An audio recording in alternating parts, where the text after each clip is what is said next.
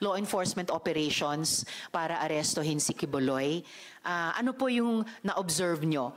Meron po bang nangyaring police brutality dun sa narrative po na iyon? So far, walang police brutality sa part namin. Kami yung na-brutalized. Oh, paano po nangyari yun? Kasi every media member na pumunta doon, the members of the press, we've been subjected to harassment, intimidation, threat.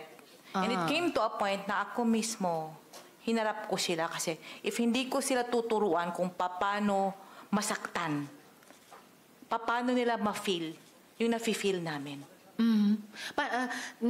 Actually, yun yung pangalawang at huling tanong ko, naharas po ba ang media at saan galing yung harassment na yon? Sa PNP ba? Sa KOJC ba? Sa iba pa? Nung day 1, that was August 24, feeling namin we were cheated of the basic information from both ends. Alam ni Atty. Torion ran.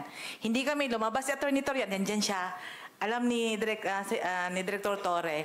Day 1, we were at the roadside, lumabas si Atty. Torre, na-accommodate naman kami. Later on, lumabas si Director Torre, na-accommodate naman kami. That was August 24. On August 25th, ito na yung first confrontation ng members of the press with some members of KOGC sa main highway.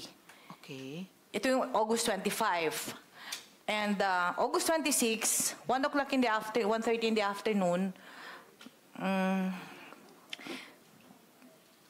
ako as president of MIPC, I went to see Atty. Torion and General Torre. Nagpapirma kami ng papel para yung for a harmonious relationship, harmonious coverage. That was 1:30 in the afternoon. After 5 hours, about approximately 6 hours, yun, nagsimula na naman yung nahulog yung taga TV5. Then, nasundan 9 o'clock in the evening. That was 9:10 in the evening. Ako na yung na-confront ng members ng KOGC. In fairness naman kay Atty. Torion, every time nagdadaing kami sa kanya, he kept on apologizing. It came to a point na nagtatanong kami with this beauteous, sprawling 30-hectare property, covered with plastic Bermuda. There are plastic people inside. Kasi nasasaktan na kami. I'm sorry, pero may mga mababait na super bait. May mga tuso talaga po. And we were not, ang kalaban namin is kami yung legitimate na nagko-cover. Kami pa yung tinatawag na bayaran na sila man na yung tumatanggap. Kami na nga yung, I'm not referring to the key officials here. Okay? But this is a question of leadership. Hindi namin tanggap na pinuputang na kami ng mga members ng KOGC habang nandun sila nag-aamin-amin. Parang ano kayo, banal? Kami yung makasalanan? Yun yung Pastor, I know, Madam Chair, yes, Ms. Edita, please don't address the other resource persons directly. Through the chair na lamang. Madam Chair, I know that the pastor is here. I would like to tell him, with the experience we have had, we are asking and questioning what went wrong with the religious teachings. Okay po. Kayo lang ba yung santo at kami yung makasalanan? Okay po. And ito yung pinaka-unfair. We were craving for information from both ends. Okay. But kami na naka-ID, kami nagtatago ng ID. Kasi ang SMNI people were ganging us up. Lahat naman sila media, kami komedya. Ano yun?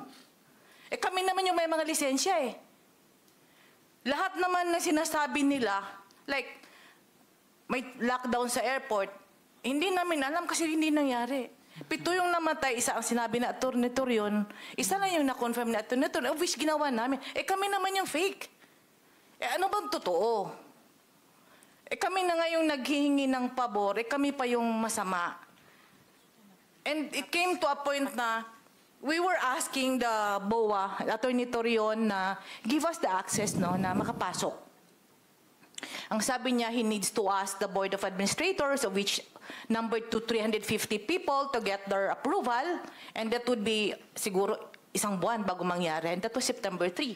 And at September 2. On September 3, after the press conference, dahil may daring game sila ni General Torre, bigla kaming hinatak sa basement na hindi kami na-brief ano yung mangyayari sa amin doon. Okay. Miss Edita, at any point, nakaranas ba kayo personally ng pananakit mula sa KOJC or SMNI or even PNP? Pananakit na physical kami? Apo. O malapitang enkwentro? Ano ba? Either. May nahulog po na taga TV5. Yung taga TV5, May okay video po. kami.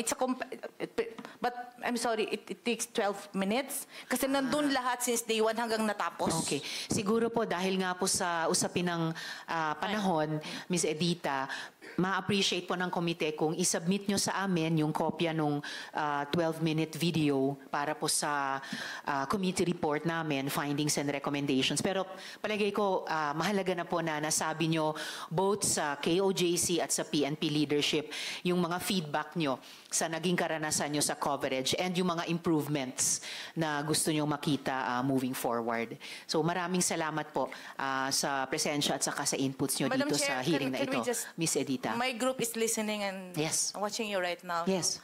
Can we just ask the chairperson of the Committee on Women and Children that the Senate can improve or amend the policy about the coverage involving women and children, Okay. especially in a hostile situation.